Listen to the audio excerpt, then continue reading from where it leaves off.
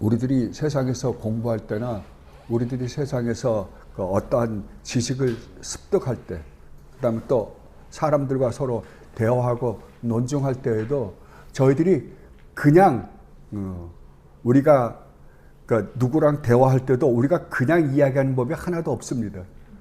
항상 무엇을 하든지 간에 우리는 우리가 가지고 있는 전제를 바탕으로 해서 이야기를 합니다. 여러분들이 이제 부부지간에도 이렇게 이야기를 하잖아요. 이야기를 하면 서로 다를 때가 굉장히 많아요. 왜 다르냐 그러면은 서로가 가지고 있는 전제가 다르기 때문이에요. 그 전제가 다르니까 자기가 가지고 있는 전제를 바탕으로 해서 해석을 하다 보니까 우리가 사는 삶 자체가 해석이거든요. 해석이다 보면 내가 가지고 있는 전제를 가지고 해석을 하니까 상대방이 이해가 안 되는 거예요. 근데 상대방이 가지고 있는 전제를 바탕으로 해서 이해를 하면 또 그 부분에 있어서 맞아요. 그러니까 우리가 항상 무엇을 하든지 간에 세상을 살면서 우리가 무엇을 하든지 간에 무엇을 해석하는데 해석은 반드시 뭐가 있다? 그 사람이 가지고 있는 전제가 있다는 것을 여러분들 분명히 아셔야 돼요. 그러니까 뭐든지가 다 그렇습니다. 자, 그렇다고 하면 우리가 성경을 공부할 때도 똑같습니다. 성경을 공부할 때도 우리는 분명히 전제를 가지고 성경을 공부하는 거예요. 다른 말로 하면 우리가 지금 성경을 하나님에 대해서 공부하는 거잖아요. 하나님이 우리를 구원하실 때 어떻게 구원했는가를 우리가 지금 살펴보고 있다고 한다면 첫 번째 전제가 뭐냐면 하나님이에요. 하나님의 존재를 인정하지 않고는 아무 것도 우리가 해석해낼 수가 없어요. 또 다른 거는 지금 우리가 살펴보는 거 우리가 어떻게 해야 구원을 받는가라는 관점에서 우리가 살펴보는 게 아니라 분명히 알아주세요. 우리가 어떻게 하면 구원을 받느냐라는 관점에서 우리가 살펴보는 게 아니라 하나님이 우리를 구원하실 때 어떠한 과정을 거쳐서 구원하셨는가를 보는 거예요. 그렇다고 한다면 또 다른 전제가 뭐예요? 우리는 구원을 받은 사람의 입장에서 이걸 살펴보는 거예요.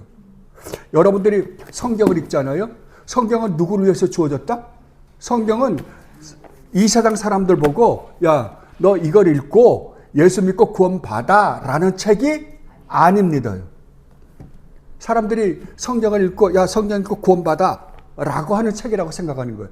아니라고요. 성경은 누구를 위해서 썼다고요? 예, 하나님의 백성이요. 구원받은 하나님의 백성들에게 하나님이 너희들을 구원하실 때 어떻게 구원하였는가를 보여주는 책이 성경책이에요. 그렇다고 한다면 내가 구원을 확실하게 받지 않았다고 한다면 이 성경은 아무 의미가 없어요. 그러면 이 세상 사람, 구원받지 않은 사람에게 이 성경책을 주면 어떨까? 세상에 수많은 사람들이 성경책을 읽습니다. 스님들도 성경책 읽습니다. 아마 전 세계에 있는 철학자들 거의 다 성경책 다 읽었을 거예요. 그 사람들 예수 믿어요? 안 믿습니다. 왜 안 믿어요? 이걸 읽고 예수를 믿으라는 책이 아니기 때문에 그래요. 그러니까 하나의 학문으로서 그 사람들은 책을 읽는 거지 구원받은 사람으로서 성경책을 읽는 게 아니란 말이에요.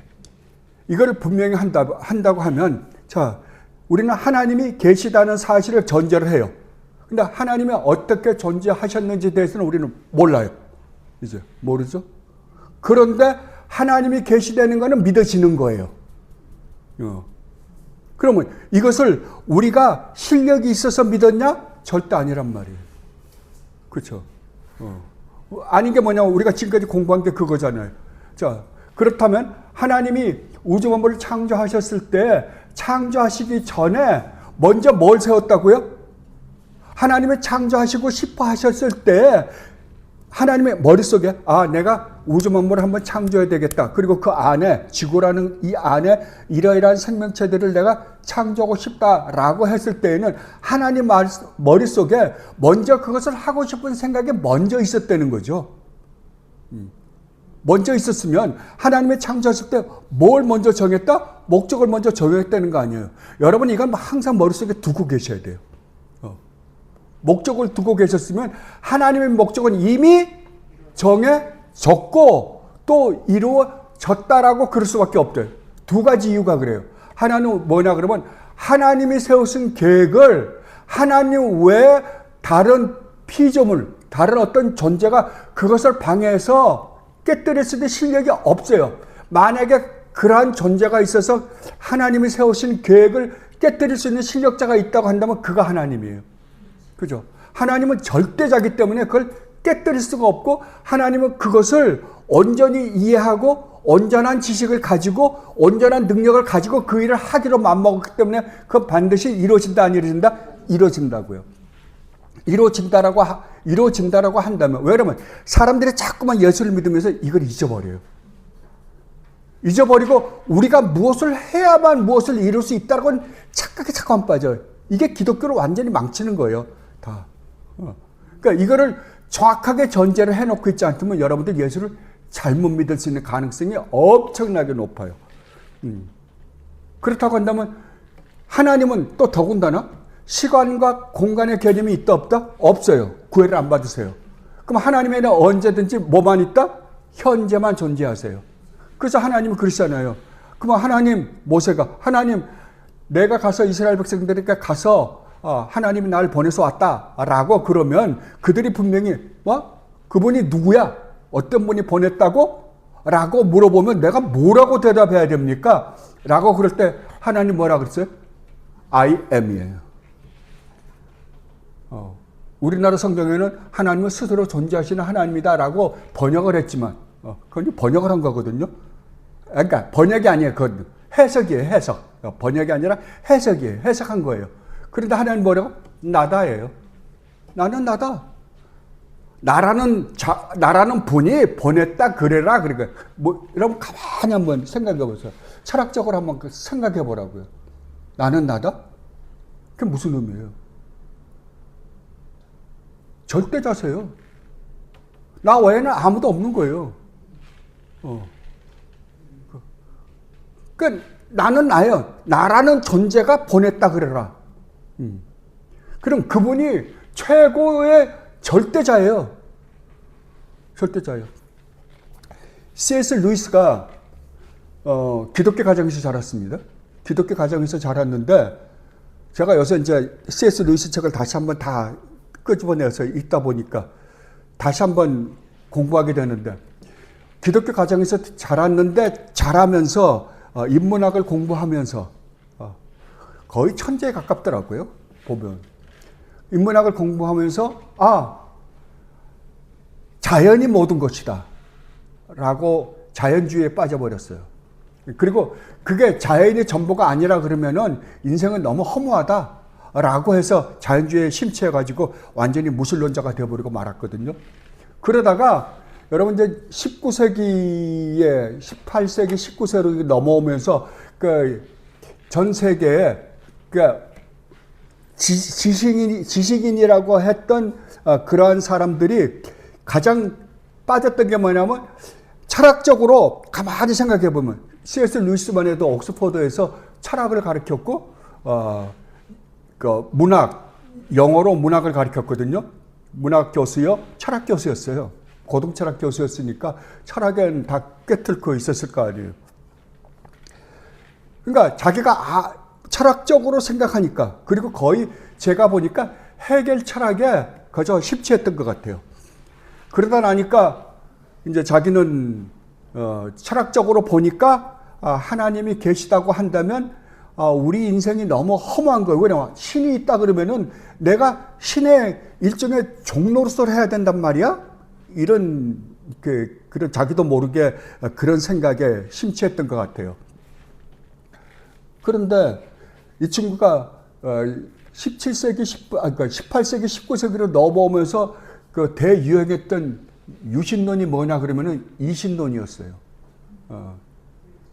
이신론이 뭐냐 그러면은 하나님이 계시다는 걸 인정하는 거예요. 왜냐하면 철학자들이 가만히 들여다보니까 신을 인정하지 않고서는 문제 해결이 전혀 안 되는 거예요. 자꾸만 걸리는 거예요. 그러면 하나님이 있다라고 하자. 하나님이 있다라고 하는데 과학을 보니까 이 과학을 통해서 이렇게 살펴본 세계는 뭔가 진화되어가는 과정 속에 있는 무엇인가 있는 것 같은 게 보이는 거예요. 여러 가지 역동적이고 여기서 일어나는 일들이 자연적으로 나타내는 어떤 현상 같은 게 잠깐 보이는 거예요. 그러면 이 신론과 하나님과 이 자연을 어떻게 조화를 시킬 것인가 라는 생각에 빠진 거예요. 철학자들이. 예. 그래서 만들어 놓은 게 이신론이에요. 이신론은 뭐냐 그러면 하나님은 계십니다. 맞다. 하나님은 우주 만물을 창조하셨다. 그래 놓고는 하나님은 떠나셨다. 그러니까 시계를 만드신 분이 시계를 만들었어요. 그러면 옛날에 여러분 태엽을 줬죠?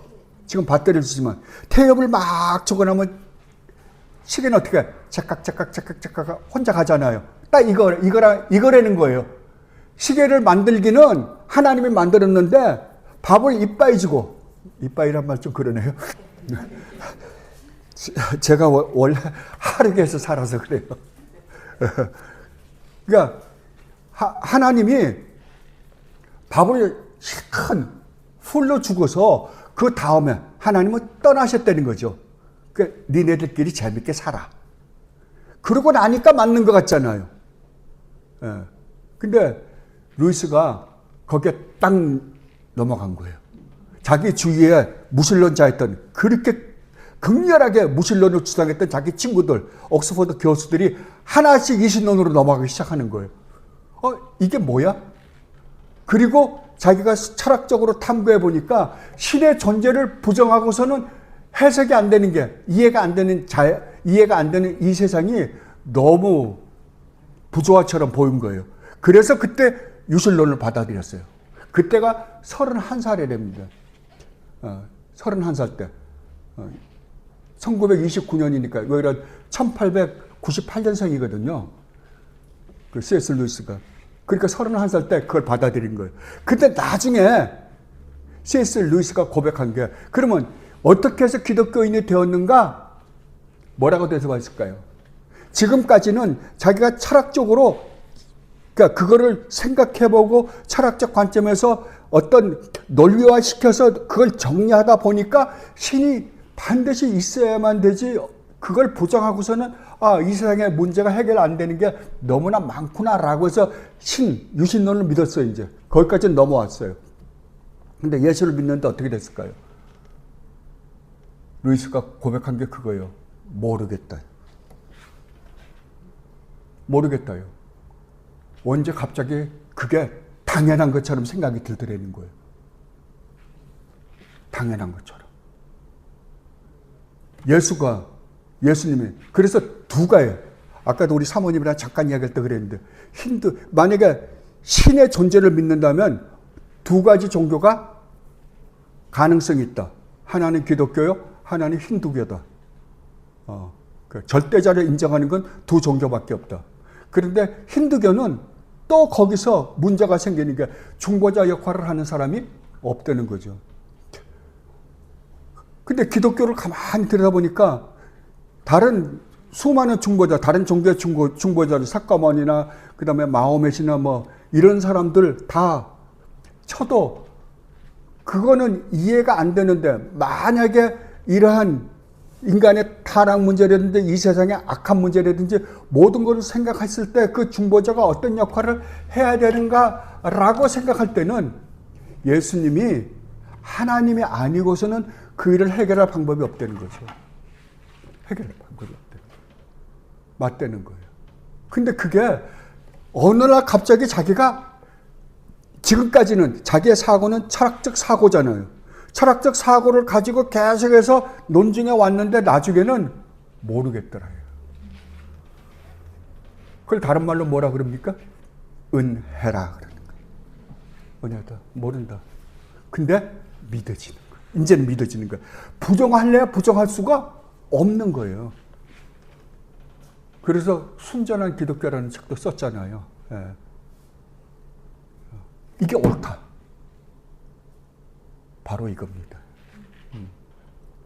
여러분이 정말 예수가 하나님이시여, 그분이 우리를 죄 가운데서 구원해서 하나님 나라 백성이 되게 하기 위하여 이 세상에 인간의 몸을 입고 오시고, 그리고 온갖 모욕과 메시아 천대를 다 받으시고 십자가에서 죽고 부활하시기까지 하시고 우리를 구원했다는 사실을 여러분이 정말 진실되게 믿으시는 분들이라고 한다면, 진실되다는 말은 여러분이 100% 내가 막 마음으로부터 이렇게 믿는 게 아니에요. 믿음이라는 건 그런 믿음을 가진 사람이 세상에 하나도 없습니다. 그러나 여러분이 그것을 부정하려야 부정할 수 없는 사람이 된 것이 믿는 거예요. 부정이 안 돼요. 그게 진짜 믿는 거예요. 그렇다고 한다면 그것은 어느 날 C.S. 루이스가 믿어지는 것처럼 여러분도 그것이 믿어진다고 한다면 여러분은 어떻게 해서 믿어진 거라고요? 하나님의 은혜로 믿어진 거라고요. 우리는 요 전번에 죄론에 대해서 공부했습니다. 근데 아까도 제가 분명히 말씀드렸지, 하나님의 목적을 먼저 세웠다고 한다면 그 목적이 뭐였어요? 하나님 나라였어요. 하나님 나라는, 나라에 뭐가 있다고요? 예, 국민, 국토, 주권, 법. 그죠? 그러니까 법은 하나님 만드세요. 주권은 누구세요? 하나님이세요. 왕은 하나님이세요. 그냥 우리가 하나님 나라 그러지만 나라가 아니에요. 왕국이에요. Kingdom of God이에요. 하나님의 왕국이에요. 왕국이라면 왕이 다스리는 나라잖아요. 왕은 누구예요? 우리 주님 예수 그리스도세요. 하나님이세요. 그렇다고 한다면 국토는요, 새하늘과 새 땅이에요. 이건 우리가 만드는 게 아니에요. 그러면 그 나라에 지금 뭐가 모자란 거예요? 하나님의 백성이에요. 근데 하나님의 백성이 지금 어떤 상황에 있는 거예요? 타락해서 죄 가운데 있는 상태예요. 그러니까 하나님 어떻게 해요? 하나님 나라는 거룩하고 의롭고 선한 나라예요. 그런데 하나님께서 이미 그 나라 백성으로 삼으신 백성이 지금 어떤 상황에 있는 거예요? 죄 가운데 있는 거예요. 타락해서 죄 가운데 있으니까 어떻게 해야 돼요? 구원해서, 거기에서 구원, 다음번에 목사님 설교하실 게 그거 같아요. 오늘 다음에 딱 남겨놓으신 거 보니까 다음엔 그 이야기를 하시려고 그러나 그거예요. 죄 가운데서 구원해서 힘이 센 사람이 와서 그들을 힘센 사람으로부터 끄집어내가지고 구원해서 하나님 나라 백성을 만들어서 데려가야 될 거 아니에요. 이 과정을 뭐라 그러냐 그러면 구원이라 그러는 거예요. 이걸 구원이라 그러는 거예요. 쉽게 이야기하면. 그래서 이 과정을 거쳐서 하나님 나라를 데려가는 거예요. 근데 이건 이미 어떻게 됐다? 정해져 있다고요. 그러면 내가 구원받았다고 한다면 나는 창세전에 이미 그 목적 안에서 들어가 있는 사람이잖아요. 그래서 여러분들이 에베소서 1장에 보면 뭐라 그래요? 에베소 한번 찾아보십시다.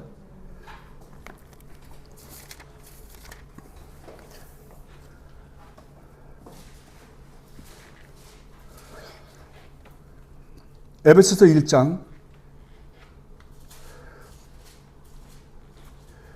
3절로부터 5절까지 한번, 신약성경 310페이지입니다.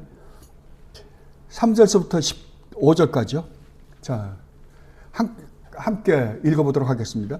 찬송하리로다. 하나님 곧 우리 주 예수 그리스도의 아버지께서 그리스도 안에서 하늘에 속한 모든 신령한 복을 우리에게 주시되 곧 창세전에 그리스도 안에서 우리를 택하사 우리로 사랑 안에서 그 앞에 거룩하고 흠이 없게 하시려고 그 기쁘신 뜻대로 우리를 예정하사 예수 그리스도로 말미암아 자기의 아들들이 되게 하셨다라고 이야기합니다. 뭐라고요? 사도 바울이 이걸 이야기하려니까, 이 복음을 이야기하려니까, 우리의 구원을 이야기하려니까 감격해서 어떻게 할 수가 없는 거예요. 그래서 찬송하리로다. 먼저 감탄을 먼저 하거든요. 하나님 곧 우리 주 예수 그리스도의 아버지, 우리 주 예수 그리스도의 아버지이신 하나님께서 그리스도 안에서, 그러면 그리스도가 언제 있었던 거예요? 창세 전에요, 이미. 그러니까 우주 만물을 창조하기도 전에 예수 그리스도를 먼저 준비해 놓으신 거잖아요. 그리스도 안에서 하늘에 속한 모든 신령한 복을 우리에게 주시되, 이거 주시더니 주셨다 이 말이에요. 이미 주셨다고요. 그러면 여러분은 하늘에 속한 모든 신령한 복을 어떻게 했다고요? 갖고 있는 사람이라고요. 기독교는 복을 달라는 종교가 아니라 복을 이미 받은 사람이 자기가 받은 복이 얼마나 엄청난 것인 줄 알고 생활하는 사람들이에요. 분명히 아셔야 됩니다. 근데 우리 잠깐 뭐를 해요? 주세요, 주세요라고 그러죠? 그러니까 C.S. 루이스가 이런 말, 주세요, 주세요는 기독교가 아닙니다. 주세요, 주세요는 아니라고요. 근데 우리는 주세요, 주세요. 이미 이 모든 축복을 다 받은 사람이에요. 그러면 구약에 기록되어 있는 수많은 복들, 아브라함의 베푸신 복, 이삭에게 베푸신 복, 야곱에게 베푸신 복, 그 다음에 무슨 다윗에게 베푸신 복, 솔로몬에게 베푸신 복, 구약에는 수많은 우리 믿음의 선배들에게 하나님 베푸신 복 있잖아요. 그 복은 실제로 우리가 이 세상에서 받는 복이었어요. 그런데 신약에 들어서 뭐라 그러냐면 그 모든 것은 우리 주님 예수 그리스도 안에서 우리에게 주어질 하늘의 그 신령한 복을 상징으로 보여준 것이다. 예표로 보여준 것이다 라고 이야기하는 거예요. 그러니까 구약은 예언이라고 하면 성취는 어디서 됐어요? 신약에서 됐다 이거. 그래서 우리에게 하늘에 속한 복으로 바뀌는 거예요. 근데 오늘날 기독교는 이 구약에서 이 예수 그리스도 안에서 받을 이 하늘의 그 영광스러운 이 축복을 예표로 주신 것을 이제 정말 원형을 보고 그 모든 것이 이 축복을 의미했던 것인구나 라고 깨닫고 이것으로 갖고 기뻐하고 즐거워하는 것이 아니라 뭐라고요? 이제 보따리 내놓으라고 절로 가는 거예요. 또 복 달라고. 아니라는 거예요. 아니. 참 제가 안타까운 게 그거예요. 너무 성경이 너무나 정확하게 이야기해놓고 우리 믿음의 선배들이 이렇게까지 정확하게 가르쳐 주는데도 불구하고 정말 옛날에 캐톨릭이 잘못 나갔던 것보다도 더 잘못 나가고 있는 오늘날 기독교의 현실을 볼 때 정말 안타까워. 정말 죽겠어요. 그리고 보세요. 4절에 곧 창세 전에 그리스도 안에서 어떻게 됐다고? 여러분들을 택하고 나를 택하사 우리로 사랑 안에서 하나님의 사랑 안에서 그 앞에 뭐라고요? 흠이 없고 거룩하고 흠이 없게 하시라고. 이게 목적이잖아요. 우리를 구원하신 목적이 뭐라고요? 거룩하고 흠이 없게 하시는 게 목적이지 이 세상에서 잘 먹고 잘 살게 해주는 게 목적이 절대 아니라고요. 이게 목적이라고요. 그렇게 해서 어떻게 하려고요? 그 깊으신 뜻대로 우리를 예정하사 예수 그리스도를 말미암아 자기의 아들들이 되게 하려고요. 아까 목사님 말씀하셨지만 이거보다 더 큰 축복은 세상에 존재하지 않습니다. 왜요? 우주 만물을 창조하시고 만주의 주요 만왕의 왕이신 하나님의 아들들과 딸들이 되는 그 축복보다 더 큰 축복이 어디 있겠어요? 하나님을 믿는 사람이라고 한다면요. 그냥 이 세상의 모든 재산을 다 가져도 하나님 나라에서 하나님의 자녀들이 누리는 그 영광과는 좋게 비교가 안 돼요. 왜요? 부에 있어서도 비교가 안 돼요. 왜? 지금 기껏해야 이 세상에 있는 것 안에서 얼마를 가지고 있는 것이잖아요. 우리는요. 성경이 말하고 있는 우리는요. 온 우주가 우리 거잖아요. 나중에 하나님 나라가 완성되면 너희가 어떠한 존재냐라고 할 때 너희는 이 세상을 다스릴 나라 되는 거죠. 우리 주님 예수 그리스도와 함께 이 세상에서 왕노릇 할 것이다. 누구까지요? 누구까지 우리에게 순종한다고요? 천사들까지요. 천사들까지요. 천사들이 너희들 시종될 거라고 이야기하잖아요. 이게 성경이 우리에게 주신 축복이다라고 이야기하는 거예요. 우리에게 왜 이런저런 고난을 허락하시는가? 바로 이것을 주려고 하는데 우리는 지금 계속해서 뭘 보고 있는 거예요? 이 세상에 금방 있다 없어질 여기다가 자꾸만 초점을 갖고 있으니까 그냥 잡아서 또 여기 데려다 놓고 또 잡아서 데려다 놓고 여러분 자신 한번 생각해 보세요. 저부터도 똑같습니다. 끊임없이 그러니까 어떻게 해요? 요즘번에 꽁이 이제 한번 이제 교미를 하고 나면 이제 남자와 여자가 암놈 순놈이 헤어지나 봐요. 근데 하나 부부가 의가 너무 좋아. 그래서 둘이가 돌아다녀. 근데 첫 번째 애를 낳는데 새끼를 낳는데 알을 낳는데 6개를 낳았어요. 6개를 낳는데 엄마가 먹이를 구하러 간 사이에 어떤 놈이 와서 그걸 싹 다 집어먹어버렸어요. 근데 어떻게 하다가 그 동물의 왕국이 나오더라고요. 어떻게 하다가 그 다음에 낳았는데 12명을 낳았어요. 12명을 낳았는데 12명이 다 알을 깨서 12마리요. 12마리를 낳아가지고 그 어머니가 너무 그냥 사람 같아서 그래요. 12마리를 낳았는데 다 부화를 시켜가지고 12마리를 데리고 다닌 거야. 근데 꼭 거기도 또 말썽꾸러기가 있더구만. 큰아들이, 큰놈이 말썽꾸러기야. 남들은 다 엄마를 쩌쩌쩌 따라서 가잖아요. 11마리가. 그럼 엄마는 잠깐만 뒤돌아보면서 다 있겠지. 근데 한 마리를 쫙 가서 노는 거예요. 위험한 데 가서. 그러면 엄마가 11마리를 놔두고 걔 찾으러 가요. 찾으러 가서 어떻게 하는지 압니까? 때리는데 콱콱콱콱 짜요. 그러니까 여러분 엄마한테 혼나고 이제 와. 근데 자꾸만 삐져 이놈이. 꼭 딱 그거예요. 우리가 그 짓 한다니까. 우리가 지금 하나님이 우리를 구원하신 구원의 목적이 뚜렷하면 우리는 이것을 위해서 살아야 되겠구나. 그리고 그걸로 가는 게 아니라 어떻게 가요? 잘 올라가 있는 거야. 저기 가서 놀다가 또 콕콕 쪼이면 또 돌아와. 그거를 성경은 뭐라 그런다? 징계라 그러는 거야. 징계. 징계. 그 훈련받는다. 디스플린이라고 그러잖아요. 훈련받는다. 그렇게 해서 하나님이 우리를 구하시려고 그랬다고 한다면, 자, 이제 그런 우리가 어떻게 했다고요? 타락했어요. 그럼 하나님은 기어코 얘네들을 끄집어내야 되잖아요. 근데 끄집어내서 죄를 얻게 하고 얘네들을 의롭게 만들어야 하는데 우리 쪽으로 해서는 아무것도 할 수가 없잖아요. 근데 그 일을 누굴 통해서 하시기를 기뻐했냐 그러면 박가극처럼 우리 주님 예수 그리스도를 통해서 하시겠다라고 창세전부터 그 일을 하신 거예요. 그렇게 해서 구원했다고 한다면 구원은 이미 어디에서 이루어졌어요? 아까 분명히 그러죠. 예수 그리스도 안에서, 예수 그리스도의 사랑 안에서 우리를 택하고 예정해서 거룩하고 흠이 없는 존재들이 되게 해서 어떻게 만들려고? 하나님의 아들로 만들려고. 그러면 하나님은 그걸 포기하실 수가 없잖아요. 그러면 이제 하나님이 우리는 타락해 있어요. 우리는 몰라요, 지금. 아무도 몰라요. 하나님이 어떤 계획을 세웠는지. 그러면 하나님은 지금 무슨 일을 해야 되냐 그러면 예수 그리스도를 보내서 반드시 그 일을 하셔야만 될 거 아니에요. 그러면 하나님의 어느 날 이제 그러니까 이 세상에는 수많은 사람이 있지만 여기에는 하나님의 택하신 백성과 택하지 않은 백성만이 존재하는 거예요. 그죠? 근데 우린 하나님이 택하신 백성이 누군지 몰라요. 그러니까 전 세계를 두고 하나님 말씀을 전파하는 거예요. 그죠? 이것을 일반적 부르심이라 그래요. 모든 사람에게 복음을 전하는 거예요. 왜? 누군지 모르니까요.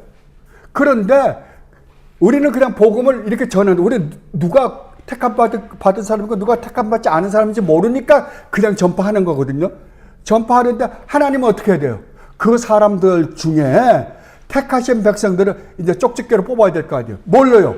말씀으로요. 아까 목사님이 이야기했듯이 말씀하실 때 기적으로 그 일을 하지 않아요. 하나님은요. 특별하게 하나님이 언제 기적을 행하시냐 그러면 여러분 성경 전체를 보면 성경이 지금 우리에게 주어진 게 모세 때부터 주어졌잖아요. 모세 때부터 주어졌다면 모세는 주전 1500년 전 사람이에요. 지금 2000년이 넘었잖아요. 그럼 3700년 그저 3500년 이상을 지금 이 세상이 우리가 성경의 기록이 지금 3700년 정도 되는 거잖아요. 자, 그렇다고 한다면 하나님이 수없는 백성들을 끄집어 내셨어요. 끄집어 내시는데 예수 그리스도를 통해서 끄집어 내가 무슨 이야기를 하다가 일로 왔는지 잘 모르겠네. 예. 기적이 아니라 그러면 성경 전체에 지금 3700년 동안 하나님이 성경의 기록을 보면 딱 3번밖에 기적을 안 일으키십니다. 한 번은 모세 때 기적을 기록하시고요. 두 번째는 엘리야 때 기록하시고 세 번째에 예수님이 오셔서 기적을 행하십니다. 이 3번밖에 없어요. 그 외에는요. 오직 하나님 말씀밖에 없었어요. 그러면 이 3번에 왜 하나님이 기적을 보여주셨을까라고 생각해 보면 여러분 가만히 한번 성경을 들여다보세요. 그래서 여러분 성경을 가지고 자꾸만 실험을 해서 들여다봐야 돼요. 들여다보면 확실한 게 하나가 있습니다. 왜냐하면 지금 처음에 모세를 통하여 기적을 엄청나게 행하셨을 때 그때 이스라엘 상황이 어떠했어요? 예, 애굽의 포로로 잡혀 있을 때예요. 그죠?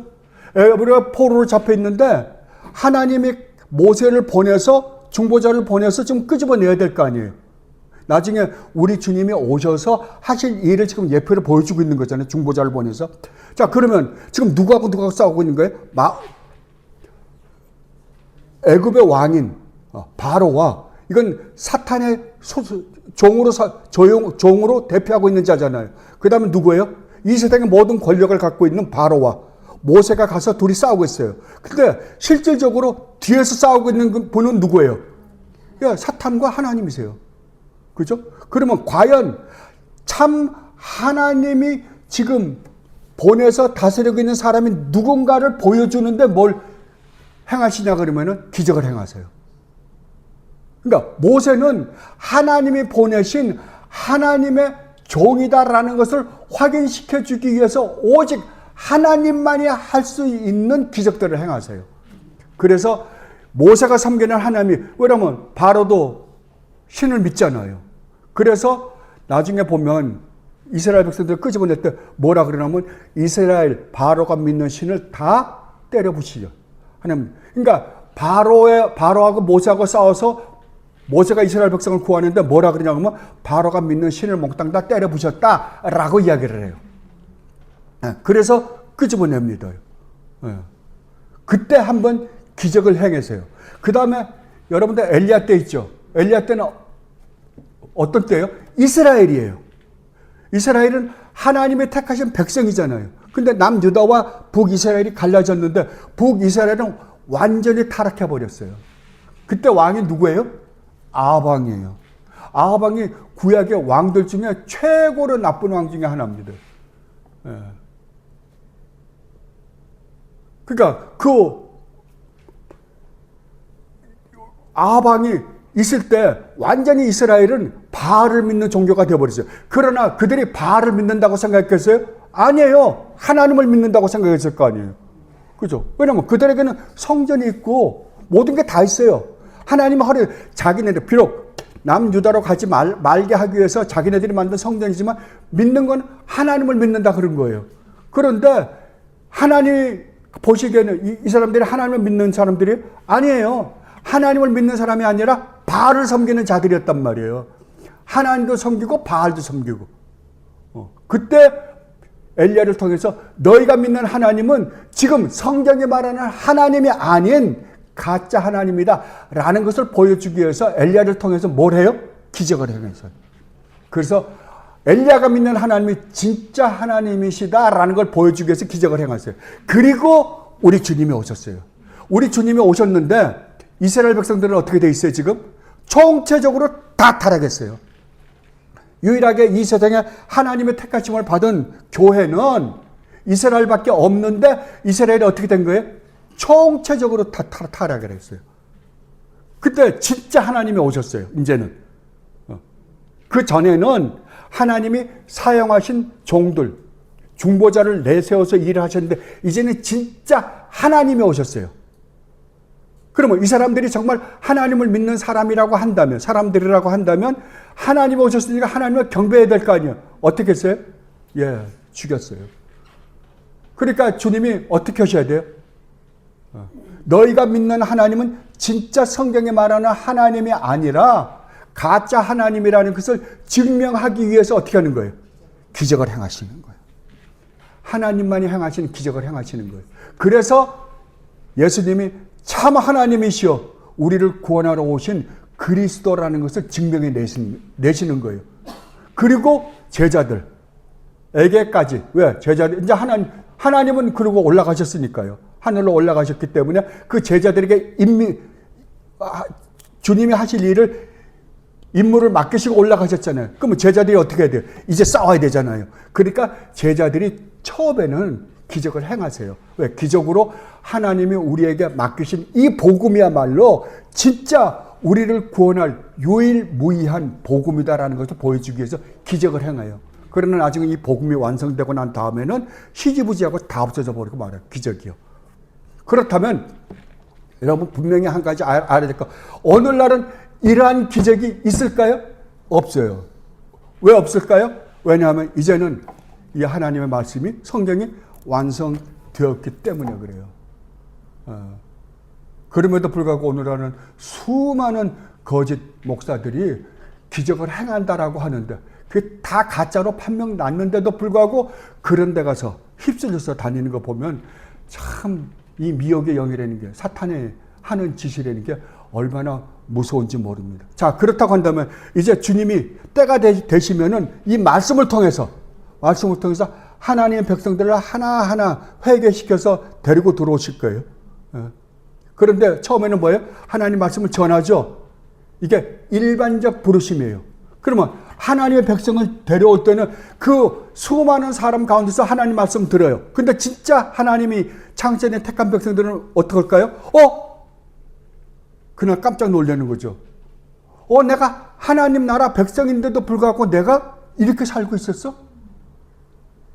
내가 하나님 나라 백성인데 아니 하나님도 모르고 하나님을 부정하며 이렇게 살고 있었단 말이야?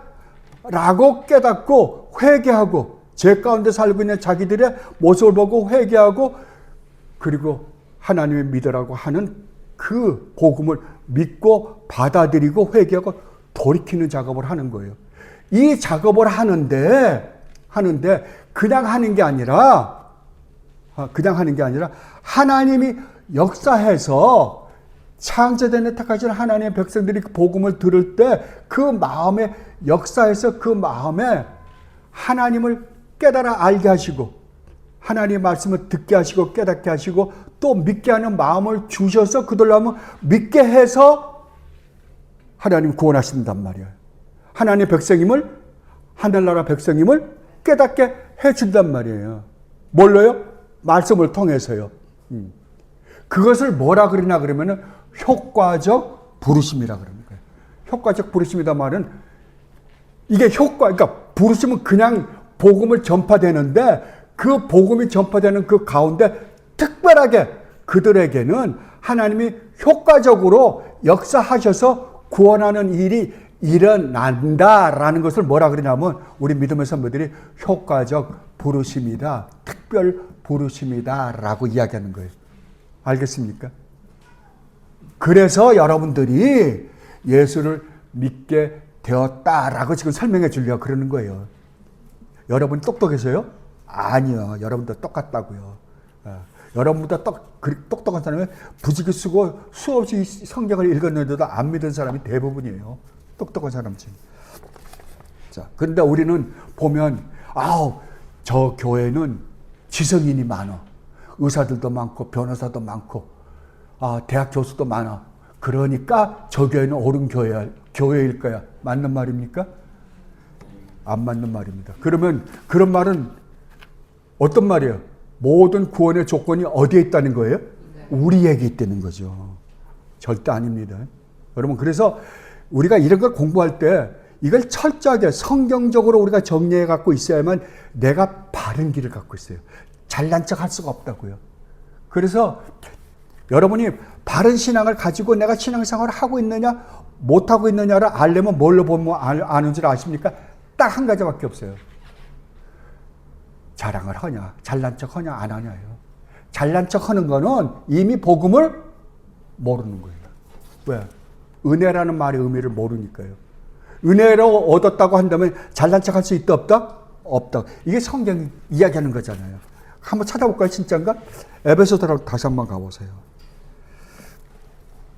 저의 약점이 이겁니다. 하다가 3,000% 자꾸 빠지는 거. 그러나 정말 여러분들이 이런 거는 확실하게 해놓으시면 너무 좋기에. 자, 에베소 2장입니다. 2장 5절서부터 10절까지 한번 읽어보십시다. 2장 5절서부터 10절까지입니다.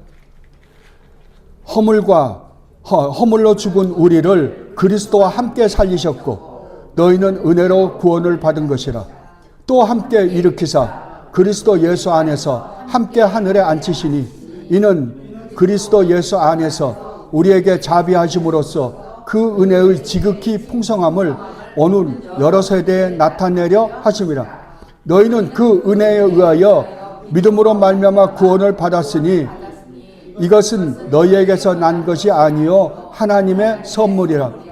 행위에서 난 것이 아니니 이는 누구든지 자랑하지 못하게 함이라. 우리는 그가 만드신 바라 그리스도 예수 안에서 선한 일을 위하여 지으심을 받은 자니 이 일은 하나님이 전에 예비하사 우리로 그 가운데서 행하게 하려 하심이니라. 아멘. 여기 주어가 누구예요? 하나님이세요. 오져 볼게요. 하나님이 허물로 죽은 우리를 그리스도와 함께 살리셨다. 그러니까 우리를 그리스도와 함께 살리신 분이 누구세요? 하나님이세요. 너희는 은혜로 구원을 받은 것이라. 또 하나님이 함께 일으키사 그리스도 예수 안에서 함께 하늘에 앉히셨다. 이는 그리스도 예수 안에서 우리에게 자비하심으로써 그 은혜의 지극히 풍성함을 여러 세대에 나타내려 하심이라. 너희는 하나님이 그 은혜에 의하여 믿음으로 말미암아 구원을 받았다. 이것은 너희에게서 난 것이 아니요 하나님의 선물이라. 행위에서 난 것이 아니니 이는 누구든지 자랑하지 못하게 함이라. 왜요? 모든 걸 하나님이 하신 일이니까 그런 거예요. 그래서 우리는 하나님이 만드신 바라 그리스도 예수 안에서 선한 일을 위하여 지으심을 받은 자라고요. 받은 자니 이 일은 하나님이 전에 예비하사 우리로 그 가운데서 행하게 하려 하심이니라. 아멘. 그렇다고 한다면 우리가 우리의 구원을 정확하게 이해하는데 잘 이해했는지 이해하지 못했는지를 뭘로 평가해 볼 수 있다? 자랑이 있느냐 없느냐입니다. 네. 자랑이 있느냐. 만에 하나라도 야 그때 믿어라 그럴 때 아이 너도 믿었으면 구원 받았을 텐데 너 그때 믿지 않아서 너 구원 못 받았어. 이 말은 전혀 은혜를 모르는 말입니다. 그럼 우리는 어떻게 돼요? 그 사람이 못 믿어서 구원을 못 받았다 하더라도 우리는 그 사람을 긍휼히 여겨야 됩니다. 왜? 내가 잘나서 믿은 게 아니라 하나님의 은혜로 믿은 것이기 때문에 그렇습니다. 자, 이제 그거를 여러분들 머릿속에 넣고 앞으로도 여러분들이 이거 공부할 때 계속 여러분이 가지고 있는 이 전제 조건을 여러분이 머릿속에 딱 넣고 공부를 해야지 여러분이 정말 바른 신앙생활을 할 수 있어요. 정말. 우리는 이 세상에서 수없는 문제에 부딪힙니다. 그때마다 이걸 생각해야만이 우리가 바르게 나갈 수 있지. 그러면 자꾸만 절망하고 좌절하게 돼요. 자, 효과적 부르심이란 무엇입니까? 14페이지입니다. 죄송합니다. 14페이지. 효과적 부르심이란 무엇입니까? 효과적 부르심은 하나님이 전능하신 능력과 은혜의 사역입니다. 이거 참 놀란 말이죠. 하나님의 능력 그리고 하나님의 은혜로우신 사역입니다. 일하심이십니다. 이것은 하나님께서 선택받은 자들을 값없이 특별히 사랑함으로 인한 것이지 그들 안에 있는 그 어떠한 것도 그분이 그렇게 하도록 영향을 미친 것이 아닙니다. 이거 얼마나 중요합니까? 우리가 무엇을 해서 하나님으로부터 전병체는 내가 구원해 줘야겠다라고 맘먹한 것이 우리에게는 아무것도 없다는 거예요. 유일하게 한 원인이 있는데 그 원인이 뭐냐? 하나님이 전병체라는 그 아들을 창세전부터 사랑하기로 마음먹으신 그것이 그의 구원이 되었다라고 이야기하는 거예요. 지금까지 우리가 본 거잖아요. 그죠? 하나님께서 효과적 부르심에 의해 자신이 허용하신 때 그들을 자신의 말씀과 영에 의해 예수 그리스도께로 초청하시고 이끄십니다. 이때 구원을 얻도록 그들의 지성을 밝히시고 그들의 의지를 새롭게 하시며 능력 있게 결심시키심으로써 그들 자신은 죄로 죽었음에도 불구하고 하나님의 부르심에 자원하여 그리고 자유롭게 응답할 수 있게 하시고 부르심 중에 권하시고 전달하시는 은혜를 인정하고 받아들일 수 있게 하십니다. 이 말은 무슨 말인 거 아니에요? 하나님이 이게 복음을 선포하시면 수많은 사람에게 하는데 특별히 하나님이 택하신 백성에게는 그때 하나님이 쟤네들은 내가 오늘 구원해 줘야겠다라고 한 그때에 하나님이 그들의 마음에 감동을 주셔서 그들의 지성과 그들의 감성과 그들의 의지를 스스로 발동케 해서, 자, 이게 굉장히 중요합니다. 스스로 그 안에서 발동케 해서 그들로 하여금 회개케 하고 믿음을 고백케 함으로 말미암아 하나님이 구원하셨다라고 이야기하는 거예요, 지금. 나중에 그 나머지는 여러분들이 집에 가서 성경 구절과 함께 보시기 바랍니다. 그게 그들 자신은, 마지막 그 센텐스 세 번째를 보면 그들 자신은 죄로 죽었음에도 불구하고 하나님의 부르심에 자원하여 스스로 그리고 자유롭게 응답할 수 있게 하시고 부르심 중에 권하시고 전달하시는 은혜를 인정하고 받아들일 수 있게 하셨습니다. 그렇게 하신 분은 누구세요? 하나님이세요. 하나님. 이래서 여러분들이 구원을 받은 것입니다. 라고 이야기하는 거예요. 그러니까, 근데 이때 하나님 하시는 말이가 우리의 지성뿐만이 아니라, 우리의 감성뿐만이 아니라, 우리의 의지까지도 감격하게 만들어서 그렇다라고 이야기합니다. 그러니까 여러분들이 복음을 들었을 때 머리가 깨닫는 거예요. 근데, 주님이 우리를 위해서 저렇게 놀라운 일을 벌이셨단 말이야? 저렇게 엄청난 일을 하셨단 말이야? 깨닫는 거예요. 놀라는 거예요. 그리고 마지막에 그러니까 믿어야겠다 라고 해서 스스로 믿게 하셨다라고 그럽니다. 근데 여기서 여러분들 하나 깨달아야 되는 건 뭐냐 그러면은 세슬 루이스가 이렇게 예를 들더라고요. 여러분이 어딜 가다가 산길을 갔는데 길을 잃어버렸어요. 길을 잃어버렸는데 어떤 표지판을 딱 만난 거예요. 표지판을 만나면 여러분 얼마나 좋습니까?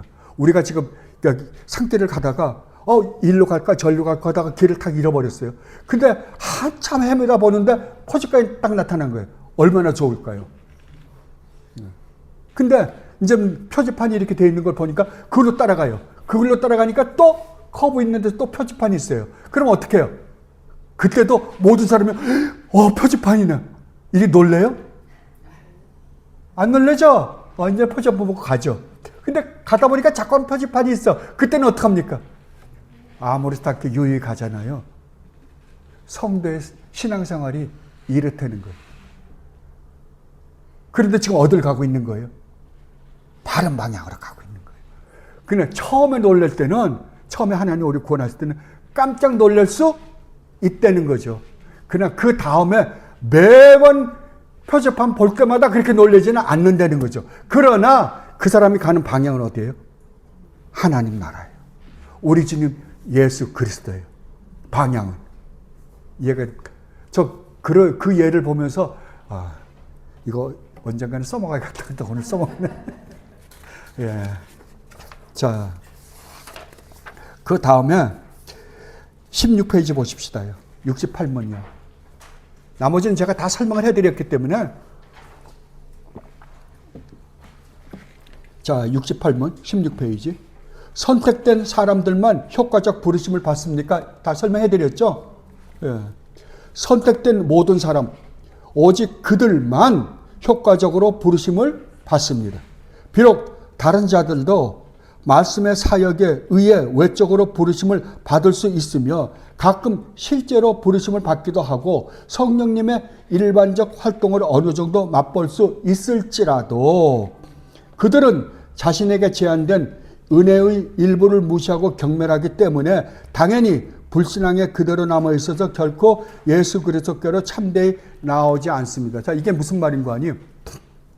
일반 은총이 베풀어질 때 많은 사람이 교회에 올 수는 있습니다. 그러는 거예요. 그걸 뭐라 그러냐 그러면 청함을 받은 사람은 많다라고 그래요. 온다는 거죠. 여러분들이 여기에 대해서 베드로서나 그 다음에 여러분이 히브리서 6장이나 10장에 보면 진짜 성령을 받은 것처럼 많은 경험도 하고 교회 안에서 많은 일을 한다는 거죠. 그러나 진짜로는 믿는다 안 믿는다? 삶으로는 믿지 않는 사람들이 많다. 이거를 마이클 홀튼 목사님 뭐냐면 종교 놀이를 하는 사람들은 많은데 진짜 예수를 믿는 사람들은 극히 드물다라고 이야기하는 것과 똑같습니다. 그러니까 교회 안에는 뭐가 항상 있다? 알곡과 가라지가 항상 공존한다라고 이야기를 합니다. 그러나 진짜 구원받은 사람은 어떻게 한다? 구원받은 사람은 그 마음이 변하지 않을 수가 없다는 거죠.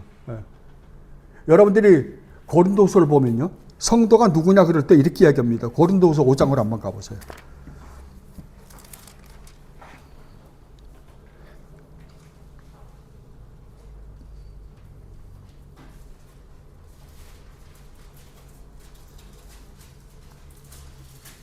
고린도후서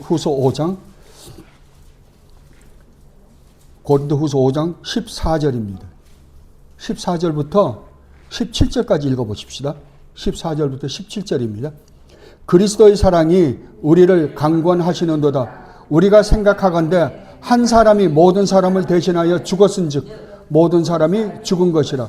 그가 모든 사람을 대신하여 죽으심은 살아있는 자들로 하여금 다시는 그들 자신을 위하여 살지 않고 오직 그들을 대신하여 죽었다가 다시 살아나신 이를 위하여 살게 하려 함이라. 그러므로 우리가 이제부터는 어떤 사람도 육신을 따라 알지 아니하노라. 비록 우리가 그리스도도 육신을 따라 알았으나 이제부터는 그같이 알지 아니하노라. 그런즉 누구든지 그리스도 안에 있으면 새로운 피조물이라. 이전 것은 지나갔으니 보라 새 것이 되었도다. 아멘. 뭐라고요? 17절에서 그런즉 누구든지 그리스도 안에 있으면 뭐라고요? 새로운 피조물이라고요. 새로운 피조물. 새로 태어난 사람들이라고요. 옛것은 지나가고 새 것이 되었다고요. 옛사람은 죽었어요.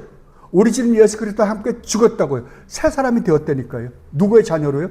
아담의 자녀로 태어났던 우리가 예수 그리스도의 아들로, 딸들로 새로 태어난 존재들이라고요. 새로 태어났다고 한다면 어떨까요?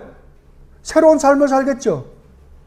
새로운 삶을 살겠죠. 그런데 아직까지 우리 안에 옛사람으로서 가지고 있던 그 옛본성이 남아있어서 우리를 힘들게는 하지만 그 싸움 속에 있는 게 성도예요.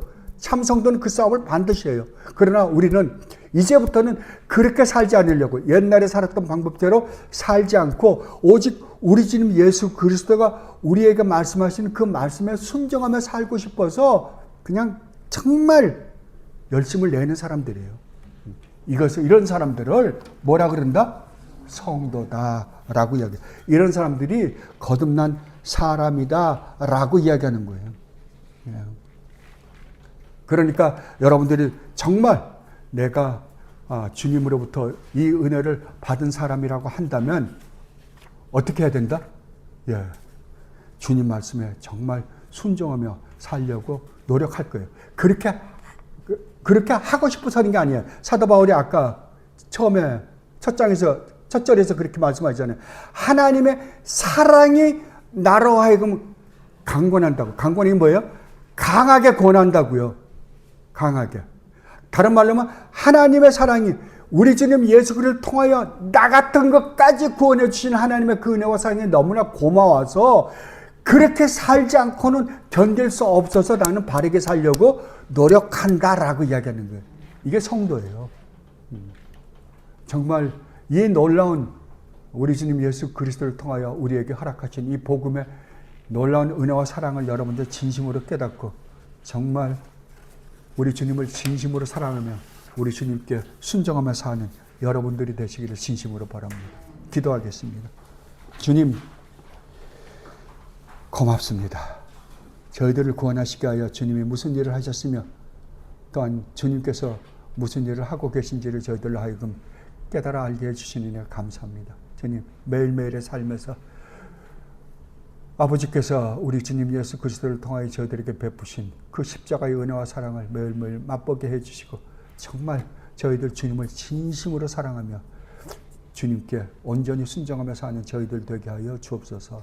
감사하며 우리 주님 예수 그리스도 이름으로 기도드리옵나이다. 아멘.